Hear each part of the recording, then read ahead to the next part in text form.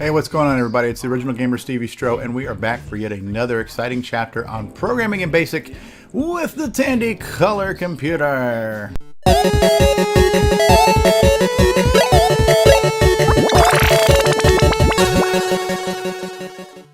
This is an updated video on the most recent programming in BASIC video I did, where I covered chapter 23, and I covered how to use the set and reset command and how to use the joystick command. And I came up with a couple of demos that I thought were kind of cool, but after making them I was thinking to myself, you know what, I can probably do just a little bit better on these little demos. Even though they had a real simple purpose, their purpose was to illustrate the concept, I thought I could do a slightly better job illustrating them. And I just wanted to try out a few things, and I wanted to show you the most recent updates to these demos. And I want to let you know too that I do have a blog post that has a link to the disk image. So if you want to download this disk image and look at these two, I'll put a link to that blog post in this video when I'm done. So let's take a look at the most recent demos and what I did to them. So one of the first things I did is I updated the JoyPrint command. Now, which is now called JoyPrint 2. Now, what the original JoyPrint did was it was an enhancement over what the book gave us. The book gave us the ability to hold on, let me grab my joystick, which is down here. Yeah, you just gotta love it, right? You just gotta love being professional and organized when you go to do a video, right?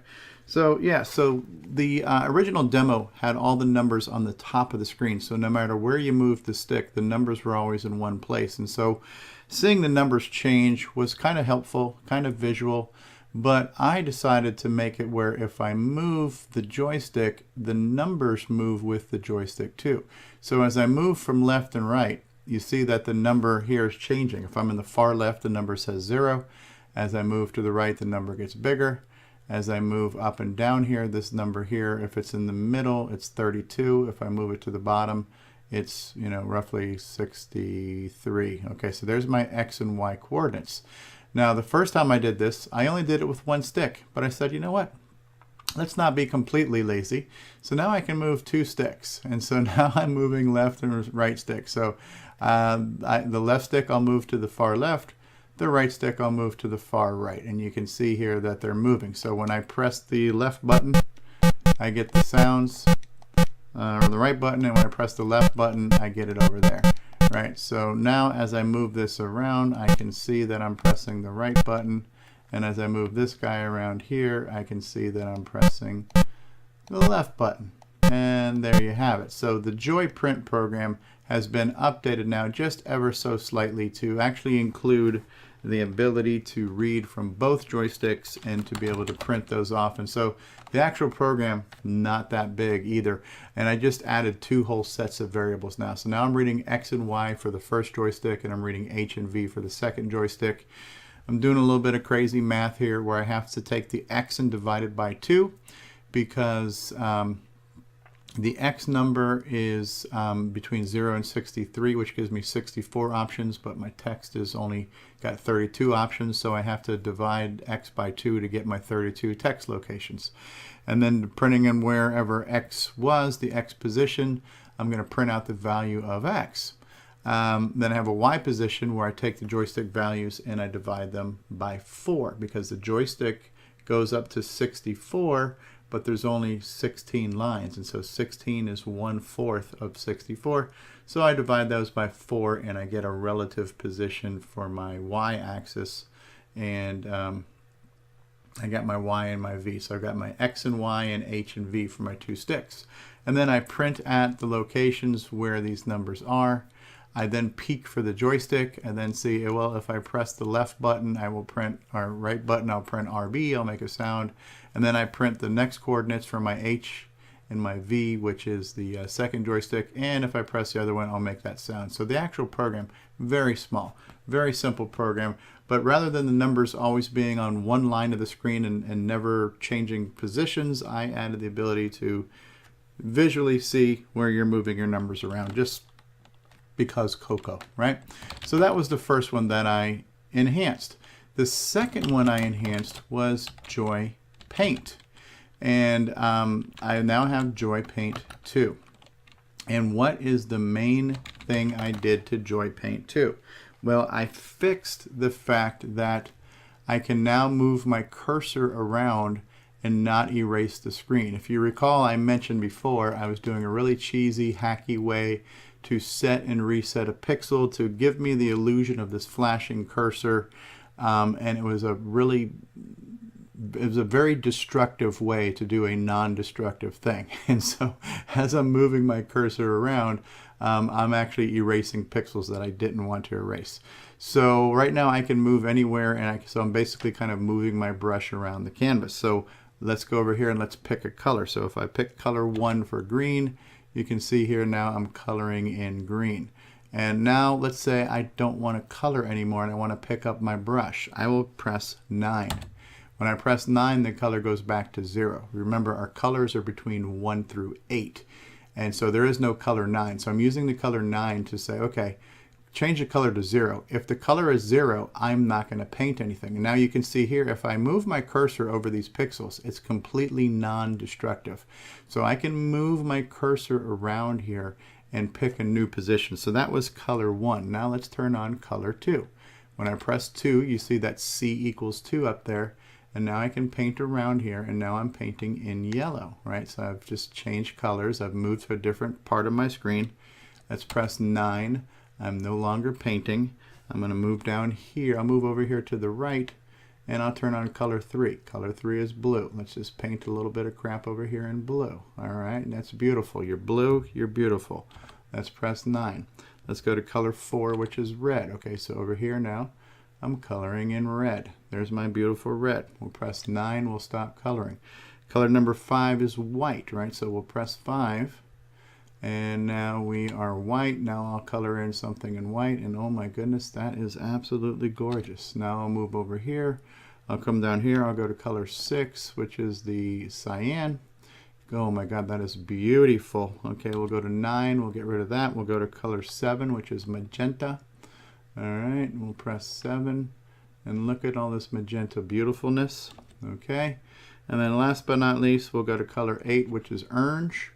Here's my orange, and now I'm just coloring that in, and now I'll press 9 again to stop coloring. And now you can see here, I can move my joystick around anywhere. I have a non-destructive cursive now that's basically an inverse asterisk.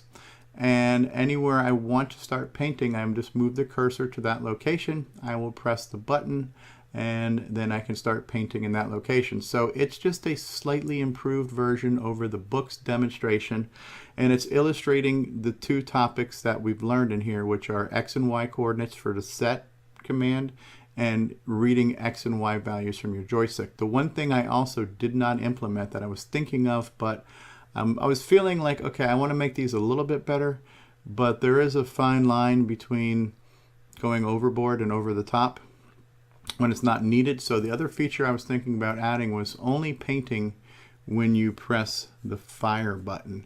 And that would just cause me to have to peek in that value, and then only if the value equaled the buttons being pressed would I actually do the painting. So it'd be just another couple more checks, a little bit of logic. It wouldn't be that hard to implement. But I am not trying to write a painting program. I want to eventually get into writing games. So I think this is good enough. The one thing I do want to spend a minute showing you how I did and explaining to you what I did is you might be saying to yourself right now, self, how does Steve move that flashing little asterisk there? That is cool the way it blinks.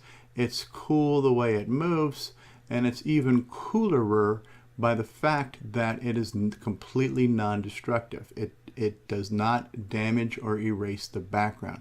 Steve, how did you do it? Well, I'll show you. And of course, there might be two people who are saying that to themselves, because anybody who actually knows how to program knows exactly what I did. But let me show you anyways. So here's my program, and this program is so small. It's a small little program. It is, let's list 0 through 30. It's amazing what you can do in just a little tiny bit of code. All right, so first we clear the screen to all black. The main loop starts on line 10 where we read in our joystick. We read in joystick 0, joystick 1.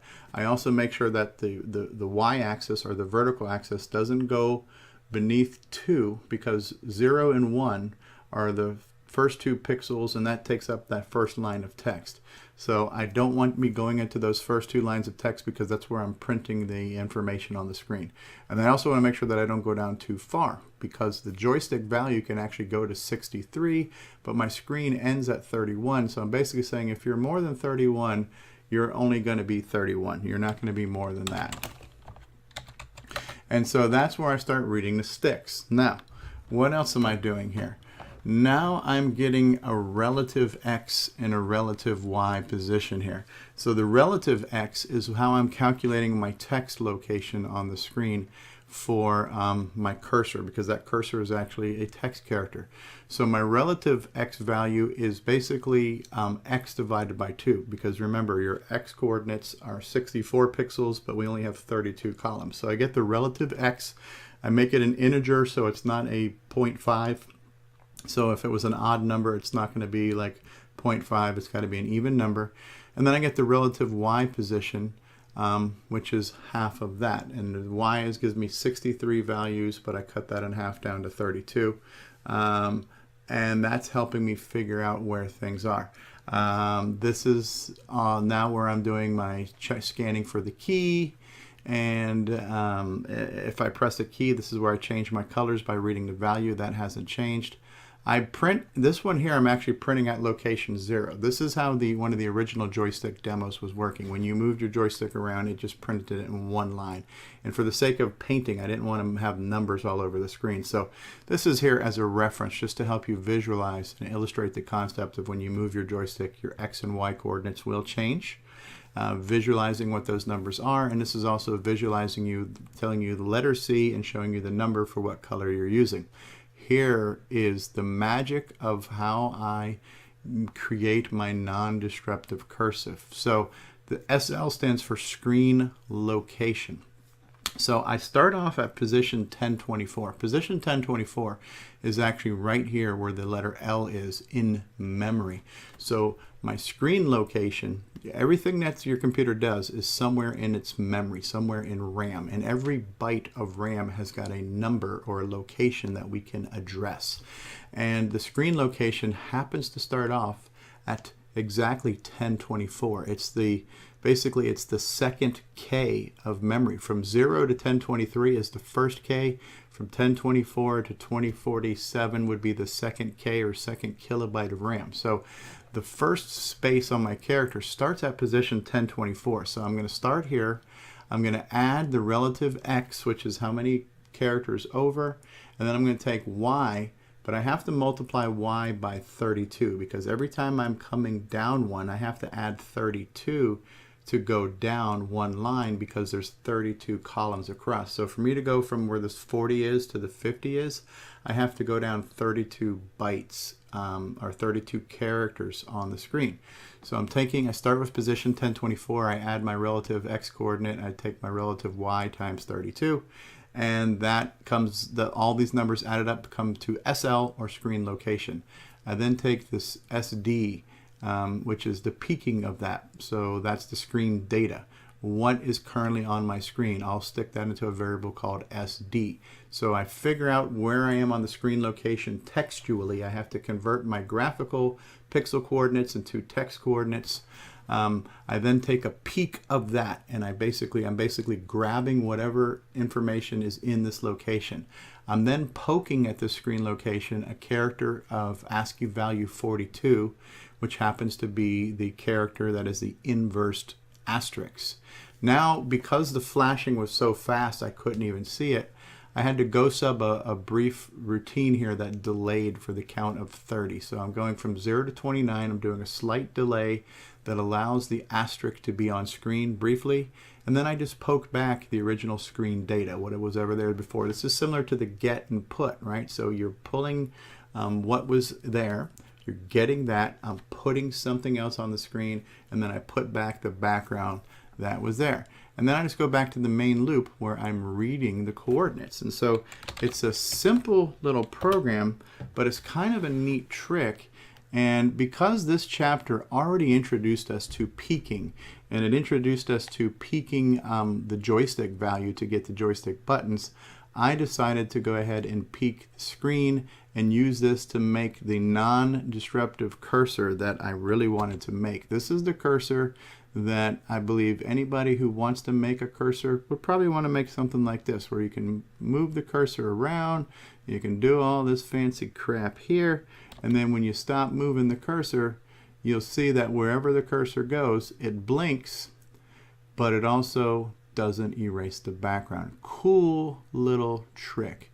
I like it. I hope you like it. It's a short, simple program, but it's really, to me, if I can see it, I can understand it. I'm the kind of person where if you can draw me a picture to explain me a concept, I can understand that concept. So I'm trying to draw some pictures here. I'm trying to give you some visual examples of what the whole idea of X and Y coordinates translate to your screen, and how colors translate to that, and how reading the joystick value and peeking and poking work. So last thing I'll show you as well before I end this video here is one of the original demos I also made was called the random set. So when you do random set, this is the one that put colors on the screen. And it picks a random X and Y coordinate and a random color, and it sets that coordinate with that color. Simple, right? Now, according to the book says you can set your color anywhere between 0 and 8. And so the book is leading us to believe we can set the color 0. I did some experimentation, and I found out that that's just not the case, and I'll show you why right now. So if I change line 20 to say like CLS 8, which is orange, and I set an orange background, and in this case here, if I get rid of line 30 and I don't pick a random color, all right, I'm just going to pick my X and Y coordinates, and on line 40, if I say don't set color C, which was a random variable, set color 0, which is black. What is this program saying right now? Make the screen orange, pick your X and Y coordinates, and then set these X and Y coordinates at color 0. According to the book, we can do this. But when you run this program, what you will see is there are no black pixels here. We literally cannot set color 0. Now in the high resolution screen, I think you can. I think you can actually preset color 0. But there's also a preset that resets it. So even though the book says you can set a color anywhere between 0 and 8, setting 0 doesn't work. And I was curious about that, and I wanted to prove that it couldn't do it. I just proved it. So what did I do? I wrote an equivalent program to my random set that sets random colors, and I made one that was called random reset. And so if I do random reset and I run it, what this is doing here is it's picking a random background color and setting that color. It's picking your random X and Y coordinates. And actually in line 35 here, I don't even need to print C because C doesn't exist. All right. Let's resave this. Okay. Although this is not going to be what's on my blog because I've already uploaded this to my blog. All right. But next time I blog, you'll get this one. So now when I run this, now you are seeing that you can put black on here. And this is kind of cool. Black and orange. Very Halloween-y. Very pumpkin-y. But yeah, the only way to put a black pixel is to use the reset command, contrary to what the book would have us believe. So we can reset a black pixel, or we can set a colored pixel in one of the available 8 foreground colors. So that's it. So these were just a couple of things that were weighing on my mind, on things I wanted to improve, not because anybody cares, only because I care. And so I just figured I started something, I did it kind of okay. I wanted to do it just a little bit better. And yeah, just a reminder, there is now a blog post for chapter 23 on my website, ogstevestro.com. And if you want to download this disk image with these updated demos, they are there. So I hope you enjoyed this. I look forward to recording chapter 24, hopefully tomorrow, where we're going to get into the play command and learn how to do better music, better than using the sound command. And so that's it. This is just a update to chapter 23, was it? I think, yeah.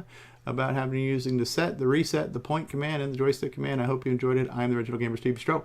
If you cannot get enough CoCo, visit my website, ogsteviestroh.com. I've got links to all kinds of cool color computer stuff, like the Facebook page and the mailing list and the Glenside Color Computer Club and other people's blog sites and project sites and the CoCo Crew podcast and how to get emulators and where to go to get software and the Color Computer Archive and you name it. So if you want a one-stop shop on where to find links for all things CoCo, go to my website, ogsteviestroh.com, and while you're there, you might even want to check out the merchandise link and possibly grab yourself one of my DVDs or grab a cool t-shirt that says I'm a CoCo nut or anything else. They got retro merchandise, t-shirts, coffee mugs, DVDs, all kinds of stuff on my website.